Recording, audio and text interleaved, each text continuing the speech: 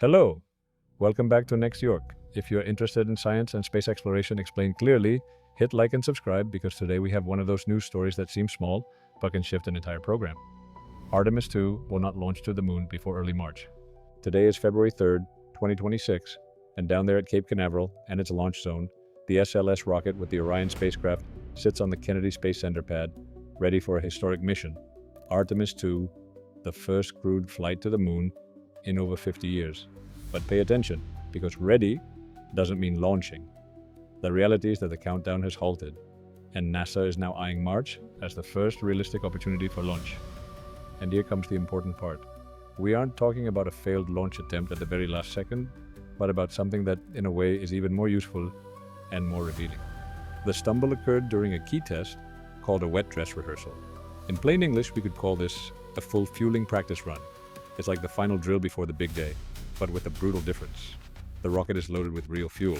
What exactly is a wet dress rehearsal, and why can it bring everything to a halt? Imagine a theater.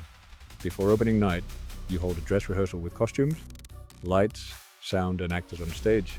Here it's the same, except the costumes are hundreds of thousands of liters of cryogenic fuel, and the sound consists of control systems that cannot fail by even a millisecond. According to NASA, in this rehearsal, they did manage to fill the tanks, send the team to the pad to complete final tasks on Orion, and in the end, drain the rocket safely. In other words, the rehearsal was completed, but it left a list of issues that force a stop to analyze data and repeat the test. In fact, NASA detailed something very specific. They had initiated a long countdown of about 49 hours, and during the fuel loading, the protagonist of the story appeared, a liquid hydrogen leak. The old ghost. The liquid hydrogen leak. Liquid hydrogen is an excellent fuel, but it is a difficult fuel.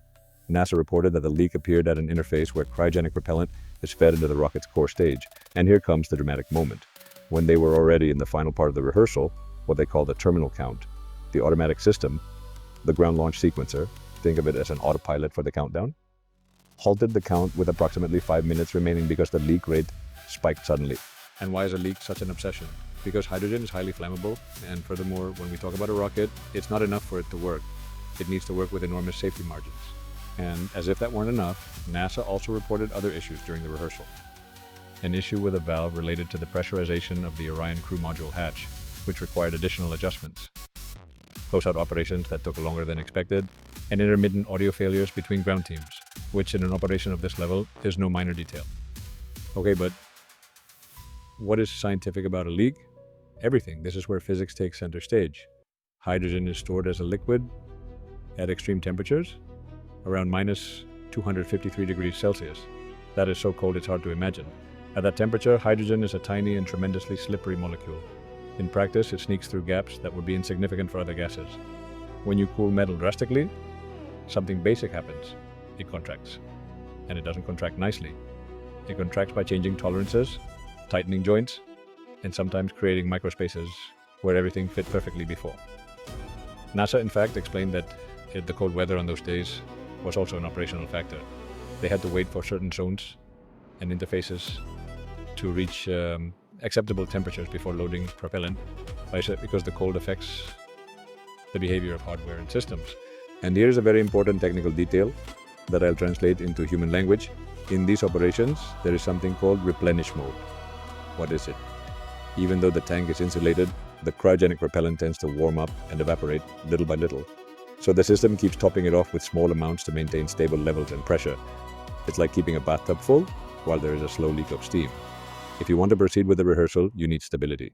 In this campaign, NASA also mentioned a specific point that sounds like something out of science fiction: the tail service mast umbilical.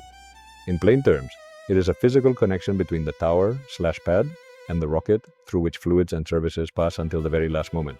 Well, that is where they were monitoring hydrogen concentrations because a leak had already been detected.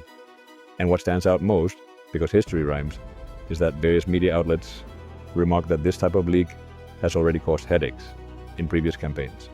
What about the crew? Here the news is also clear. Since the launch is no longer imminent, NASA indicated that the astronauts will leave quarantine for now and will re-enter approximately 2 weeks before the next target date. The crew is Reid Wiseman, Victor Glover, Christina Koch, and Canadian astronaut Jeremy Hansen from the Canadian Space Agency. And yes, this mission also has a historic component of representation that many media outlets have highlighted: launch windows. Not when you want but when you can. Many people think, well, if there's a problem, you fix it and launch the next day. In lunar missions, that almost never works. NASA published a mission availability calendar, and there you can see that for the first opportunity in March, there are very specific dates, March 6th, 7th, 8th, 9th, and 11th, with specific times. And then you jump to opportunities in April, 1, 3, 4, 5, 6, and 30. And why? Because orbital mechanics call the shots, the relative position of the Earth and the Moon, the trajectory profile, available fuel, and furthermore, conditions for the return. For example, NASA's document even include lighting considerations, whether it is before or after sunset, and the duration of the window, which usually hovers around 2 hours. And I'll pause here for a second so the idea is understood. It's not just good weather in Florida, it is also good weather in space, which means correct geometry, communications, and a safe return. What does this delay mean for walking on the Moon again? Artemis II is only a flight around the Moon, but it is a certification step. It serves to test spacecraft systems, operations, and above all, the complete chain that subsequently enables more ambitious missions. And the mission everyone has in mind is Artemis III, the return to the lunar surface. On the mission page itself, NASA already frames it as a manned lunar landing and places it as by 2028, with an architecture that depends on a human landing system and new spacesuits. Furthermore, NASA describes Orion docking with the landing module in lunar orbit, and there appears a key player, SpaceX and its Starship, in lunar version, HLS.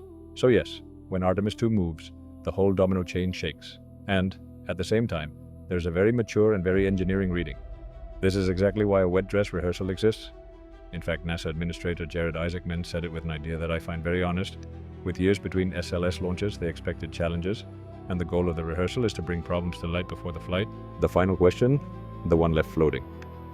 And I'll close with this because I want to read your thoughts in the comments. Is what we are seeing just one more technical obstacle, one of those that are overcome with data, adjustments, and patience? Or is it a reminder that even with technologies we've known for decades, like cryogenic fuels, the margin for error in a giant and ultra-complex system remains minimal? For me, there is a clear lesson. If the price of going slower is going safer, then the delay is not a failure. It is part of the method.